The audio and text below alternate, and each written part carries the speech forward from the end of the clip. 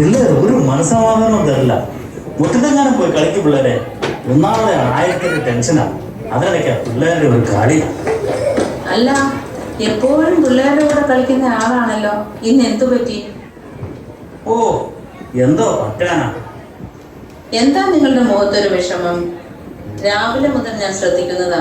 എന്താ പറ്റിയേ? അപ്പൊ നിന്നോടൊന്നും പറഞ്ഞില്ലേ നമ്മുടെ മക്കൾക്ക് ഭാഗം വേണമെന്ന്? ജോണി അങ്ങനെ പറഞ്ഞോ? ജോണി, എടാ ജോണി. നീ ബഹളം വെക്കണ്ട. ജോണി അല്ല, നമ്മുടെ ഇളയവൻ പോളി. അവനാ ആവശ്യക്കാരൻ.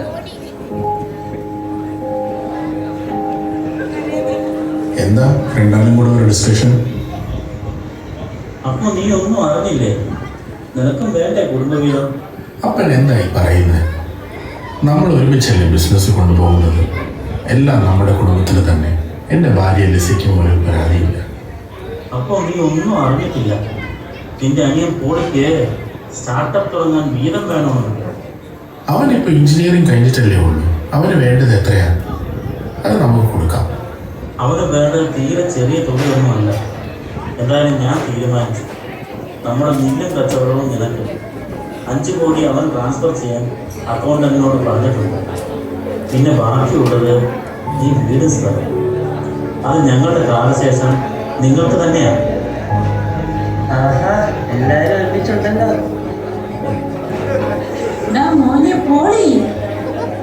സോറി അമ്മച്ചി, ഈ ചീപ്പ് സെന്റിമെന്റ്സ് ഒന്നും സമയമില്ല. അപ്പ ക്യാഷ് ക്രെഡിറ്റ് ആയിട്ടുണ്ട്. Thank you. ഈവനിങ് ഫ്ലൈറ്റിൽ ഞാൻ ബാംഗ്ലൂർക്ക് പോവുക.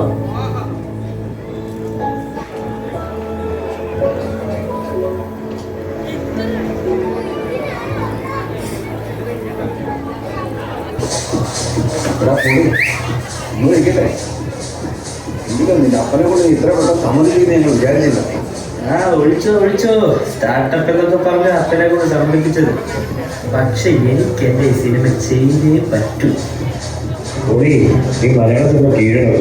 മലയാള സിനിമ ലോകത്ത് ഒരു ബോളി പോലെ ഒറ്റയ്ക്ക് വഴികിട്ടി വന്ന മറ്റൊരു ബോളി. ഞാൻ ഒരു വിധത്തിലാണ് ആ പ്രൊഡക്ഷൻ കമ്പനിക്കാരെ കൊണ്ട് സമ്മതിപ്പിച്ചത്. അഡ്വാൻസ് ഇന്ന് തന്നെ കൊടുക്കണം. Here it is my boy.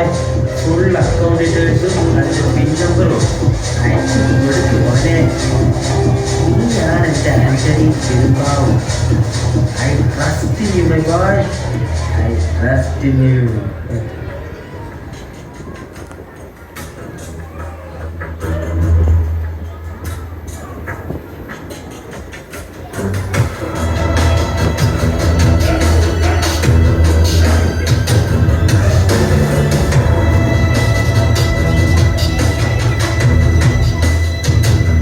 നാളെ രാവിലെ എൻ്റെ ടീം മാറും.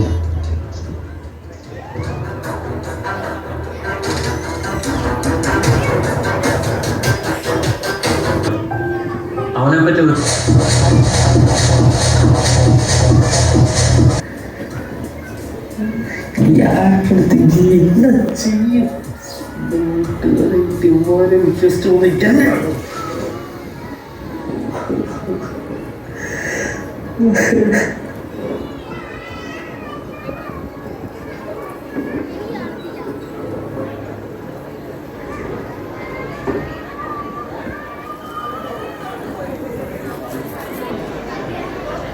ഓടി പോയിട്ട് എത്ര ദിവസമായി?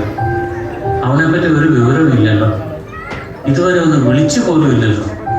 അവനൊരു നല്ല കാര്യം തുടങ്ങാനല്ലേ പോയത്. എന്റെ കുഞ്ഞിനെ സന്തോഷമായിട്ട് പറഞ്ഞു വിടേണ്ടതായിരുന്നു.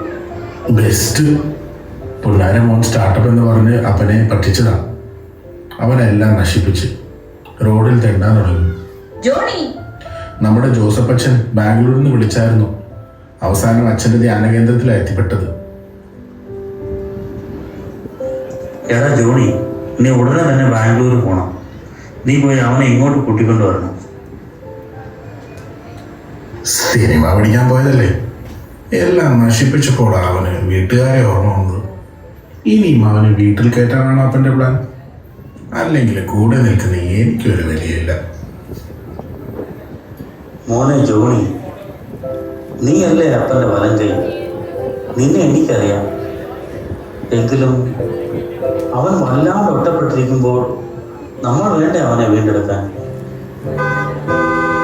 ഒരു കാര്യത്തിലും ഞാൻ അപ്പനെ ധിക്കരിച്ചിട്ടില്ല. ഞാൻ പോകാം, ഇനിയെങ്കിലും നന്നായാൽ മതി.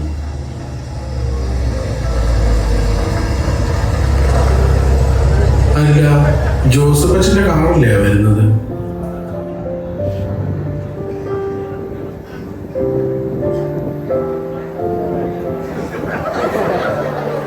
അനുതാപത്തോടെ തിരിച്ചു വരുന്ന ഓരോ ഭാവിയെയും കാത്തിരിക്കുന്ന സ്നേഹമുള്ള അപ്പൻ്റെ വീടാണ് സ്വർഗം.